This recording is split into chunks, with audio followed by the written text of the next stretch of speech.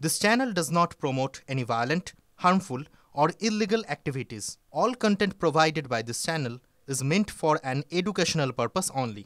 ফিরাদকে গাদ্দার বলে আক্রমণ করল হুমায়ুন। এখানে এটা টিএমসির কালচার, ওদের নিজেদের মধ্যে কে গদ্দার কে নয়, পুরো টিএমসি পার্টিটাই তো গদ্দার। তো সেখানে আলাদা করে কাকে কি বলবে, এর মধ্যে বেশি পড়ার দরকার নেই।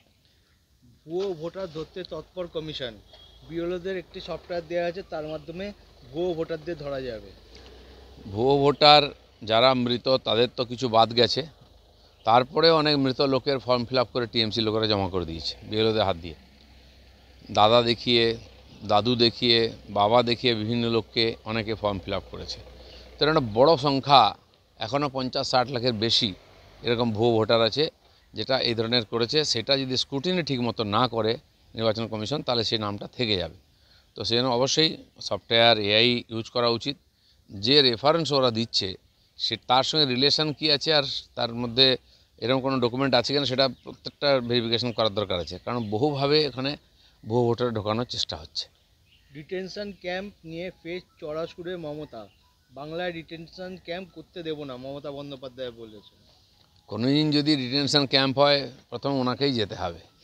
পশ্চিমবাংলায় ডিটেনশন ক্যাম্পের কথা হয়নি, হওয়ার দরকারও নেই। হ্যাঁ, আপাতত তো প্রয়োজন নেই। যদি প্রয়োজন হয় এই দেশে সরকার এটা করবে। অবৈধ লোক যদি দেশে থাকে তাদের জন্য ব্যবস্থা আছেই, দুনিয়ার সব দেশ এটা করে। অনেক দেশে তো অবৈধভাবে ঢুকলে গুলি মেরে দেয়, এখানে তো থাকা খাওয়ার ব্যবস্থা আছে। এখন সময় এসে গেছে, চলে যাওয়া উচিত। কেন্দ্রীয় বঞ্চনার প্রতিবাদে সংসদে ধর্না তৃণমূলের। মনরেগা যে টাকাটা, তার দাবি নিয়েই ফের সরব তৃণমূল কংগ্রেস। যখন কোনো ইস্যু থাকে না, কিছু করার থাকে না, যখন প্যাঁচে পড়ে যায় টিএমসি, তখন এইসব করে দিল্লিতে নাটক করে ওরা, আর কিছু না। এত বছর ধরে টাকা পয়সা নিচ্ছে, লুট করছে, কোনো হিসাবপত্র নেই, আর প্রতিদিন ডিমান্ড বাড়িয়ে যেন বাপের টাকা ব্যাংকে জমা আছে সেখানে গিয়ে নাচানাচি হয়।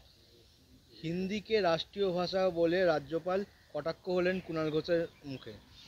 কুণাল ঘোষ কাকে কটাক্ষ করছেন তাতে কী যায় আসে? হিন্দিকে ঘোষণা করা হয়েছে রাষ্ট্রভাষা। এখানে ইংরাজি দিয়ে চালানোর যারা চেষ্টা করেছিল, আমরা চাইছি আমাদের দেশীয় ভাষায় যোগাযোগের মাধ্যম হোক। আমাদের এখানকার হিন্দি হরফ, যেটা দেবনাগরী হরফ, বা অন্যান্য আমাদের যা পরম্পরাগত সাংস্কৃতিক বিষয়, সংস্কৃত আর হিন্দিতেই চলে। তো সেজন্য সংস্কৃতের সঙ্গে কাছাকাছি আছে হিন্দু এবং অন্যান্য ভাষা, আমাদের পক্ষে বুঝতে কাজ করতে সুবিধা। কাউকে জোর করা হচ্ছে না, কিন্তু কমিউনিকেশনের একটা দেশীয় ভাষা চাই, তার জন্য হিন্দি আছে। তাহলে হিন্দিকে রাষ্ট্রীয় ভাষা বলে ঘোষণা করেছে, আপনি কি ঠিক বলছেন সেটা? একটা তো ভাষা থাকা উচিত, হওয়া উচিত সংস্কৃত রাষ্ট্রীয় ভাষা, কিন্তু সংস্কৃত এখনও যথেষ্ট প্রচারিত নয়। সরকারের চেষ্টা করা উচিত সংস্কৃত ফিরিয়ে আনতে, যাতে আমাদের রক্তের মধ্যে যেটা আছে ততক্ষণ পর্যন্ত তার একটা অল্টারনেটিভ চাই। তো তৃণমূল ছেড়ে এবার বিজেপিতে যোগ দিচ্ছে রাজন্না। ইলেকশন আসছে, অনেকে যোগ দেবেন। এখন সবার অধিকার আছে নিজের মতো করে পার্টি চয়ন করার। কেউ যদি আসে বা কেউ ছেড়ে চলে যায়, কারোর উপর তো জোর করা যায় না। কারণ আরজি করে যে ঘটনা, সেই নিয়ে একটা সিনেমা বেরিয়েছিল, রাজন্না সেখানে কাজ করেছিল, তারপর থেকেই নাকি তৃণমূল থেকে তাকে বঞ্চিত করা হয়েছে। না, এখন অনেক কিছুই হবে। যারা টিএমসির সঙ্গে নাই তাদের বিভিন্নভাবে বঞ্চিত করা হবে। টিচারদের করা হচ্ছে, লয়ারদের করা হচ্ছে, আরও সরকারি কর্মচারীদের। যদি ওদের মিছিল মিটিংয়ে না যায়, তাদের কথা না শোনে, তার বিরুদ্ধে ব্যবস্থা নেবে। তো সেই জন্য বলিউড তো ওদের একদম দোকান হয়ে গেছে, ওদের কথা শুনতে হবে, নাহলে কাজ পাওয়া যাবে না। যদি এদিক ওদিক কেউ করে, তাকে টাইট দেওয়া হবে। সিউড়ির জনসভা থেকে দাবি অনুব্রতর, কাউকে করতে দেবে না এসআইআর, কাউকে করতে দেবে না এনআরসি, কেউ জলে থাকবে না, জেলে থাকবে না, হুঁশিয়ারি দিলেন অনুব্রত মণ্ডল।